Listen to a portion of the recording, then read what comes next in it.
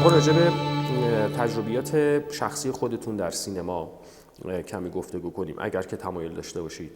راجع به فیلم هایی که ساختید، حالا یه اشاراتی به محدودیت ها، یه اشاراتی به معضلات و مصائبی که مصائب فیلمسازی در ایران، یا به عبارت گسترده تر مسائل تولید کار هنری در ایران اشاره کردیم. ولی آیا دوست دارید راجع به اتفاقاتی که برای فیلم هاتون افتاده صحبتی بکنید؟ در واقع فیلم هایی که ساخته شد، به نتیجه رسید، خروجیش اومد بیرون ولی منتشر نشد و حالا اکران نشد به نوعی، یا فیلمی که اکران شد ناقص اکران شد، به تعبیری از اکران پایین کشیده شد. آیا دوست دارید به مثلا این تجربیات خودتون اشاره بکنید؟ من راستشو بخوام که روحیه‌ای که دارم اینه که سعی میکنم خاطرات تلخی رو که در واقع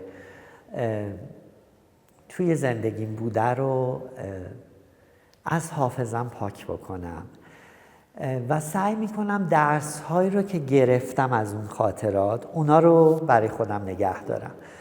ولی این که مثلا یه فیلم ما مثلا به دلیل اینکه همزمان بوده با اکران یک فیلمی که یک فیلم فاخری که با یک سرمایه کلانی و با دعوت یک فیلم بردار خیلی بزرگی از کشور ایتالیا فیلم برداری شده و ما در پایتخت 4 گروه سینمایی داریم و 3 گروه به اکران این فیلم اختصاص داره و طبیعتا ما یک فیلم مهجوری ساختیم که حالا با 1001 مشکل و مکافات و در واقع دردسر و اینا این فیلم ما تونستیم اکران بکنیم. در واقع شما به عنوان یک غیر خودی همزمان با یک خودی. بله و بعد از 2 هفته گفتن نه دیگه شما کف فروشتون اینجوری بوده و که ما بعد گفتیم نه، گفتیم که خب ما کف فروشمون حفظ شده. گفتن نه شما تبلیغات کردین برای فیلمتون، شما تخلف کردین، شما دوپینگ کردین. ما گفتیم مگر تبلیغات مثلا منعی داره؟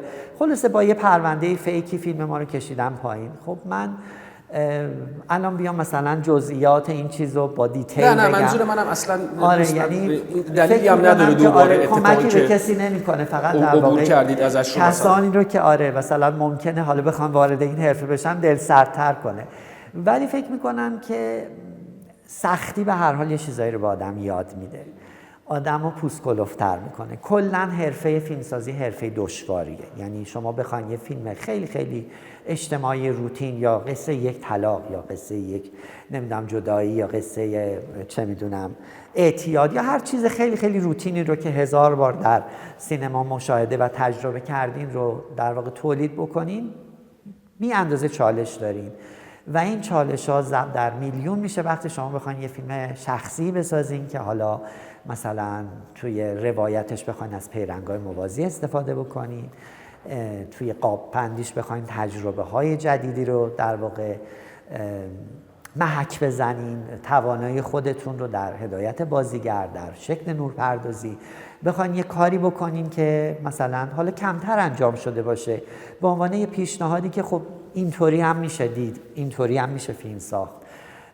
طبیعتاً خیلی همه چیز سخت‌تر میشه، اما این سختی نباید ما رو وادار کنه که تسلیم بشیم، به چیزهای دیگه فکر نکنیم. به خصوص من فکر میکنم که نسل نو با امکانات جدیدی که اومده، ما خب به هر حال زمانی که سینما رو شروع کردیم اولین فیلم بلندمون رو ساختیم با دوربین 35 میلیمتری با مدیریت فیلم برداری زنده یاد آقای مرتضی پورصمدی که حق استادی به گردن بنده دارن.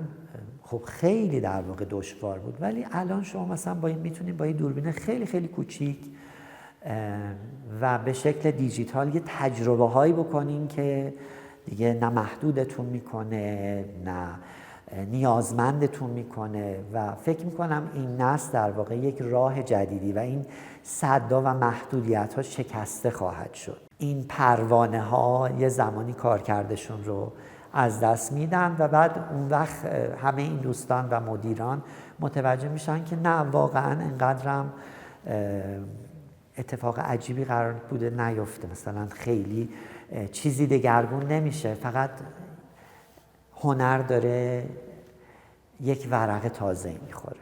راجع به استفاده از ستاره ها دوست داشتم ازتون بپرسم. در سینما شما تجربهش کردید، در نمایشگاه پیش رو هم در واقع با همین فرمان پیش رفتید. اولا اینطور بپرسم که اصلا چرا شما میرید سراغ ستاره هایی که توی این حوزه وجود دارن؟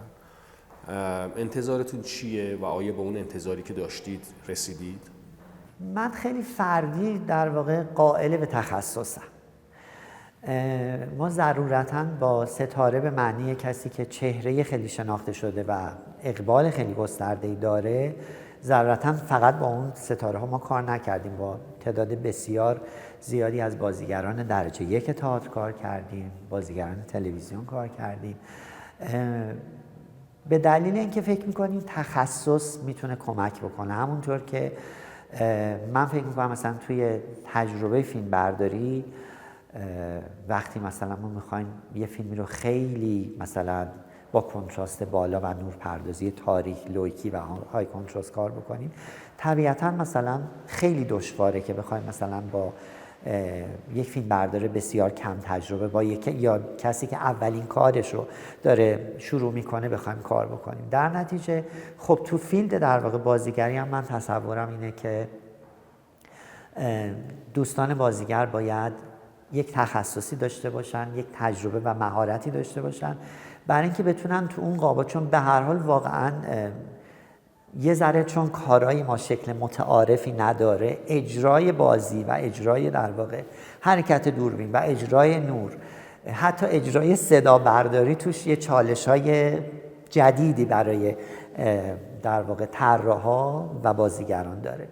به همین خاطر خب طبیعتاً یه آدم کم تجربه خیلی براش دشواره. ولی مثلا توی شکل فیلمسازی مثلا آقای کیارستمی طبیعتاً حضور بازیگر حضور کلاً اشتباهی، یعنی حضور چهره شناخته شده. مثلا فکر کنین توی فیلم مثلا زیر درختان زیتون اگر قرار بود اون دوتا کاراکتر مثلا دوتا بازیگر شناخته شده باشن، خب طبیعتاً بیننده پس میزد، بله نمیتونست بپذیره. ولی توی در واقع ژانری که در واقع ما تجربهش کردیم، من و کیوان علی محمدی، فکر میکنم بحث تخصص در واقع بحث جدی بوده، ضمن که واقعا ما کمترین در واقع استکاک و بیشترین میزان بازدهی لذت همکاری رو با دوستان بازیگر داشتیم، چه حالا ستاره های سینما چه بچه های تئاتر. واقعا خیلی تجربه های خیلی خیلی خوشایندی بود. من یادمه ما یه پلان سکانسی در تالار آینه کاخ گلستان داشتیم فیلم برداری می‌کردیم. خانم مهتاب کرامتی و آقای محمد رضا فروتن بازی می‌کردن. دوربین متوالی حرکت می‌کرد و ما هی عبور می‌کردیم از معماری اون تالار و بازیگرا رو می‌دیدیم. دوربین عبور می‌کرد، بازیگرا باید یا حالا از زیر دوربین یا از پشت دوربین می‌دویدن، در میزانسن بعدیشون قرار می‌گرفتن. اون روز مثلا آقای فروتن خیلی تو فکر خوب بود و خیلی فلان اینا. بعد ما رفتیم جلو گفتیم ببخشید اگه خسته شدین، اگه دارین اذیت میشین، ما کاری میتونیم بکنیم، میدونیم خیلی پلان سختیه و اینا. بعد گفت من دارم لذت میبرم برای اینکه خب من هیچ جای دیگه این تجربه رو نکرده بودم و دارم کیف میکنم. اگر میبینین من اخمام تو همه دارم خیلی سعی میکنم تمرکزم رو حفظ کنم و گفتیم خب خدا رو شکر. یعنی واقعا خیلی تجربه های خوشایندی تولید خیلی خوشایند. بله خیلی واقعا خوش میگذشت. هرچند قبل و بعدش به لحاظ دوستان عزیز در امارت بهارستان خیلی مورد نوازش همواره قرار میگرفتیم و بعد سر پخش فیلم و بعد سر اکران فیلم، ولی تجربه تولید خیلی روزای خوشخاطره و خوشایندی بود و همون افیون همون روزها بود که خاموش میکرد دردهای در واقع خماری و آزارهای سانسور و بقیه داستانها رو. امروز در واقع دارم از جایگاه یک سینما دوست، از یک سینماگر سوال میپرسم، ولی میدونیم که خب سینما مثل خیلی از هنرهای دیگه ما چقدر با ادبیات پهلو میزنه. من یه زمانی جسارت زیادی میکردم، یه چند سالی عکاسی درس دادم و بعضی وقتا دوستان از من میپرسیدن که ما چجوری بتونیم عکاس خوبی بشیم. من بهشون توصیه میکردم باز با جسارت که اگه میخواید عکاس خوبی بشید رمان بخونید. به نظرم رمان خواندن برای ذهن مثل بادی بیلدینگ برای یک فوتبالیست میمونه. شما برای اینکه بخواید نقاش خوبی بشید، اگه بخواید عکاس خوبی بشید یا چه میدونم سینماگر خوبی بشید، رمان میتونه چنین تاثیر شما بذاره و به طور حالا گسترده تر ادبیات.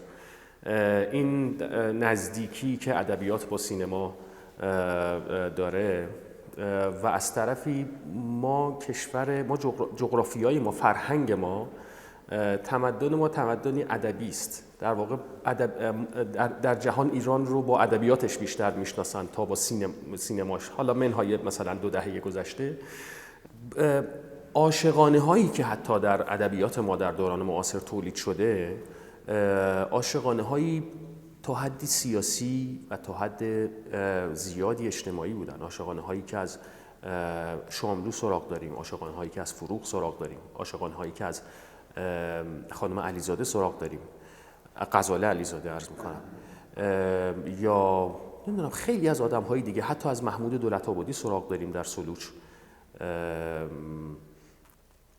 و این در سینما چطور به نظر شما راه خودش رو باز کرده؟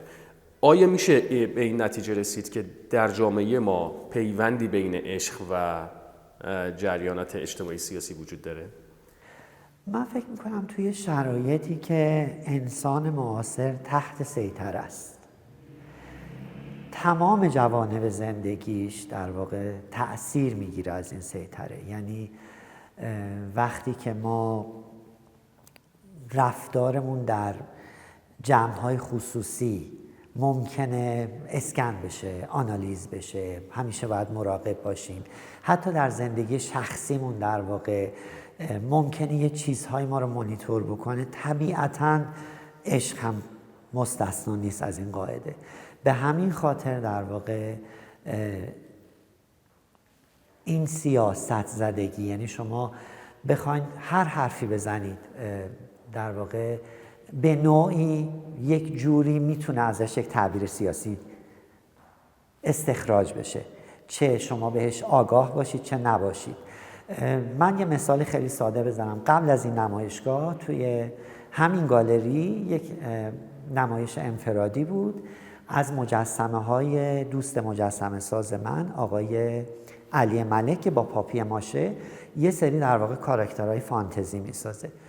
ایشون در واقع یه سری کار جدید ارائه کرده بودن که یه سری پرنده بودن، یه سری توتی، یه سری در واقع قمری، یه سری پرنده های مختلف توی قفس خیلی متراکم که مثل در واقع تداعی پرنده فروشی رو میکرد. اسم نمایشگاه هم کفترباز بود. خیلی بامزه. من با یکی از دوستانم اومدم روز افتتاحیه، دوست من برگشت به من گفتش که عجب نگاه سیاسی، ما توی این جامعه به هم فشرده، مثل اتوبوس‌ها، مثل متروها، مثل نمیدونم شرایط حاکم، ما داریم به هم چلونده میشیم و اینا. و من خب من علی ملک رو میشناسم. شما بک‌گراند کارو میدونستم؟ آره من اصلا میدونستم اصلا دغدغه سیاسی نداره این آدم و کاملا نگاهش نگاه آرتیستیک، خیلی روحیه در واقع یک کودک درون آزاد و فعال داره و خیلی نگاهش مثل یک در واقع بچه کنجکاو به جهان پیرامون. خب این اتفاق هرمنوتیکی توی اثر هنری عموما میفته دیگه. دقیقاً من دیدم که خب گریزی نیست، برای اینکه ما داریم زیر سیطره در جهان معاصر زندگی میکنیم. پس هر کاری بکنیم، چه خواسته چه ناخواسته، میتونه ازش یک تعبیر در واقع اجتماعی یا سیاسی بشه. یه فیلم اپیزودیک در واقع من و کیوان ساختیم که جزو فیلم‌های کوتاهمون بود که خیلی در واقع به شناخته شدن من و کیوان علی محمدی به عنوان فیلمساز کمک کرد، به خاطر نقدی که آقای هوشنگ گلمکانی روی این فیلم نوشتن که خیلی نادر بود که یه یادداشتی یک منتقد شناخته شده در مورد فیلم کوتاه بنویسن. اسم فیلمو از یکی از شعرهای فروغ گرفته بودیم به اسم عشق تنهاست و از پنجره کوتاه به بیابان‌های بی مجنون می‌نگرد. 3 تا اپیزود بود. هر 3 اپیزود در یک رستوران اتفاق می‌افتاد، یک لوکیشن واحد و یک بازیگر واحد داشت که شبنم طلویی بازی می‌کرد که در شمایل 3 زن مختلف از 3 در واقع نماینده 3 کاراکتر تیپیک مختلف از جامعه. خب به هر حال ما یه ذره رویکرد فمینیستی داشتیم همیشه، در واقع کاراکترهای زن برامون به دلیل ناشناخته بودن، به دلیل پیچیده بودن، به دلیل دور بودنشون برامون خیلی جذاب بود. ولی خب این فیلم کاملا ازش تعبیر سیاسی شد، فیلم کوتاه توقیف شد، از جشنواره فیلم کوتاه اومد بیرون، یه جشنواره دیگه در واقع خیلی خصوصی میخواست جایزه بده جلو اون. اصلا یه دفعه ما وارد یه چالش‌های ناخواسته ای شدیم به دلیل اینکه به هر حال فیلم داره در تهران اتفاق میفته و این قیاس ها ممکنه یه حساسیتایی رو برانگیزه. این سوال رو چون خودم بهش مسلط نیستم خیلی بیشتر از رو میخونم، به این خاطر ازتون عذرخواهی میکنم. جهت یادآوری و ثبت در تصویر عرض میکنم که شبانه روز سال 1378 ساخته شده و ارغوان سال 1392 و ما در این بازه زمانی یکی از مهمترین اتفاقات سیاسی اجتماعی ایران رو پشت سر گذاشتیم. آیا این تغییر رویکردی که در نگاهتون اتفاق افتاده متأثر از اتفاقات اجتماعی ایران بوده یا به عبارت دیگه چقدر این تاثیرگذار بوده روی دیدگاه شما؟ من فکر میکنم که به هر حال هر کسی که توی فضای هنر کاری انجام میده طبیعتاً یک حساسیتی داره که کمی بیشتر ممکنه از سایر آدما باشه که مثلا شغلشون چیزهای دیگری است. طبیعتاً شرایط اجتماعی، طبیعتاً زندگی کردن در جامعه ایران حتماً به شکل خودآگاه و ناخودآگاه روی هر فیلمسازی، روی هر نقاشی، روی هر نویسنده تأثیر میگذاره. اما این تأثیر به منزله این نیستش که ما بهش آگاهی داشته باشیم و اشراف داشته باشیم و تصمیم بگیریم حالا که اینطوری شده ما این حرف رو توی فیلممون بزنیم، یا لااقل در مورد شخص من اینطوری نیست. یعنی من هیچ وقت به شکل خودآگاه فکر نمی کنم الان وقت گفتن این یه چیزیه که مثلا الان باید در مورد گفتگو حرف بزنیم، الان وقتشه که در مورد مدارا حرف بزنیم.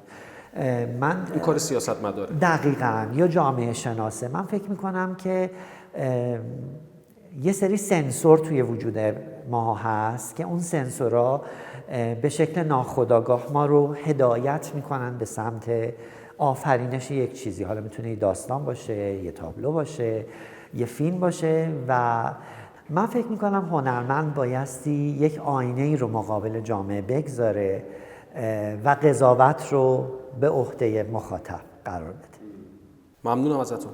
خیلی استفاده کردم، خیلی کیف کردم از گفتگو باهاتون، خیلی چیز یاد گرفتم. اختیار و ممنونم از اینکه این فرصت رو به ما دادید و امیدوارم که خیلی خستتون نکرده باشم و برای شما گفتگوی حوصله سربری نبوده باشه. اصلا امیدوارم حوصله مخاطبین شما سر نرفته باشه. زنده باشه. و ممنون به خاطر لطفتون و دعوتتون. دم شما گرم. خیلی ممنون.